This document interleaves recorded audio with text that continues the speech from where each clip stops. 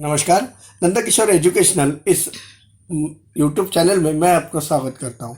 Welcome to my YouTube channel Nandkishore educational. चलो, few important points of part of speech के बारे में और थोड़ा सा। पिछले वीडियो में मैंने आपको नाम के बारे में जानकारी दी।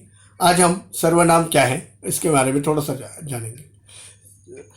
संज्ञा के बदले में जो शब्द प्रयोग होता है उसे सर्वनाम कहते हैं। A pronoun is a word which is used instead of a noun और a word which is used instead of place of noun it's called pronoun.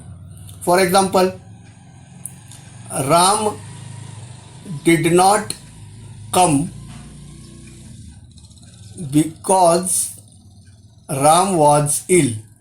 अब इस वाक्य में Ram did not come because Ram was ill यह हमने लिखा, लेकिन यह शब्द दो बार दोहराया गया है।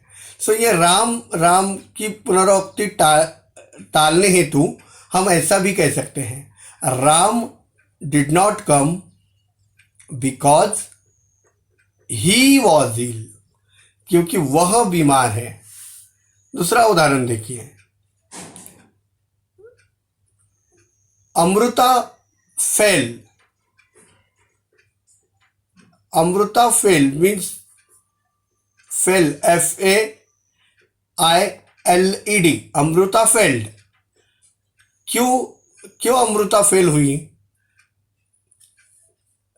She did not study well.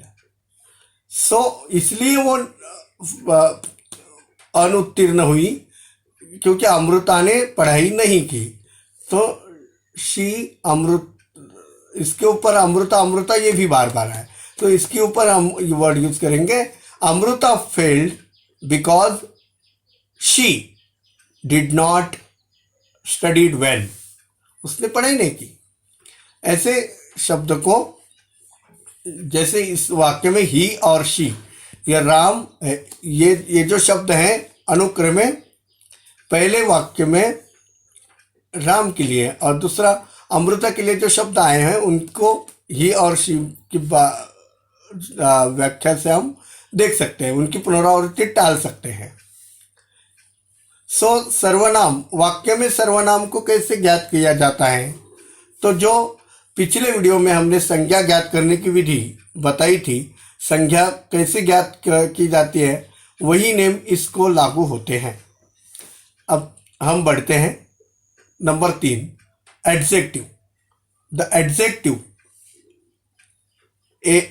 ADJECTIV, qualifying word, QUALIFYING word. इसकी परिभाषा क्या है? तो संज्ञा या सर्वनाम की विशेषता प्रकट करने वाले शब्द को हम विशेषण कहते हैं। जैसे English definition, an adjective is a word used to add something to the meaning of a noun. For example, Sohan is a clever boy. India now free. India now free. This horse is white. यह जो वाक्य है इसमें clever, free और white ये जो है वो विशेषण है। विशेषण को वाक्य में कैसे ज्ञात किया जा सकता है? तो संज्ञा को कैसा, कौन सा, कौन सी, कितना या कितनी लगाकर अगर आप प्रश्न पूछते हो तो वाक्य में आप विशेषण जान सकते हो। जैसे दिस हॉर्स इज वाइट। सो कैसा, घोड़ा कैसा था या घोड़ा कैसा है? तो द हॉर्स इज व्हाइट। इस प्रकार से आप प्रश्न कर। The verb number 4 verb VERB। Verb is the in bracket saying word. परिभाषा वर्ब वह शब्द है जो किसी व्यक्ति स्थान या वस्तु के संबंध में कुछ बताते हुए काम के होने करने या होने को प्रकट करे उसे क्रिया कहते हैं। और वाक्य का अर्थ पूर्ण करने वाले या वाक्य में क्रिया दर्शाने वाले शब्द को भी वर्ब ही कहते हैं। A verb is a word used to say something about some person place और थिंग। जैसे Shyam goes to the market. I gave him a watch. Calcutta is a big city. इन वाक्यों में देखो goes, give और is ये क्रियादर्शक शब्द है, यानी वर्ब यानी क्रिया इनसे प्रकट होती है। ऐसे शब्दों को क्रियावाचक या क्रियादर्शक शब्द कहते हैं।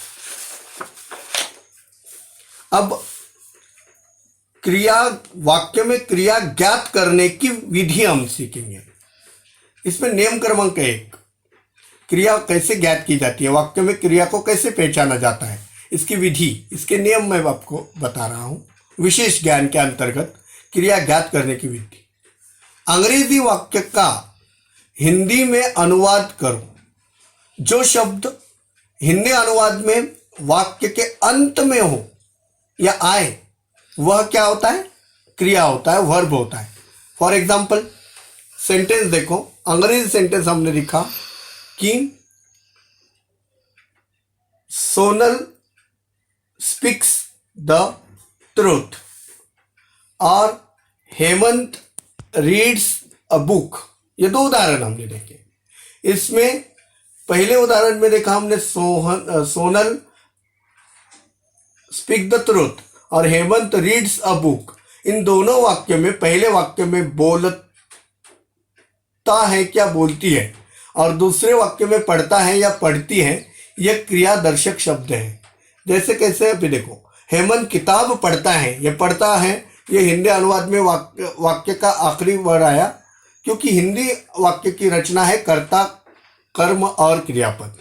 इसलिए सोहनल और सच बोलती है, इसमें भी बोलती है, ये लास्ट में आया हुआ आखिर में आया हुआ वर्ड्स है, ये भी क्रियादर्शक शब्द है अनुवाद में। देखा हमने। और अभी नियम क्रमांक हम दो देखेंगे।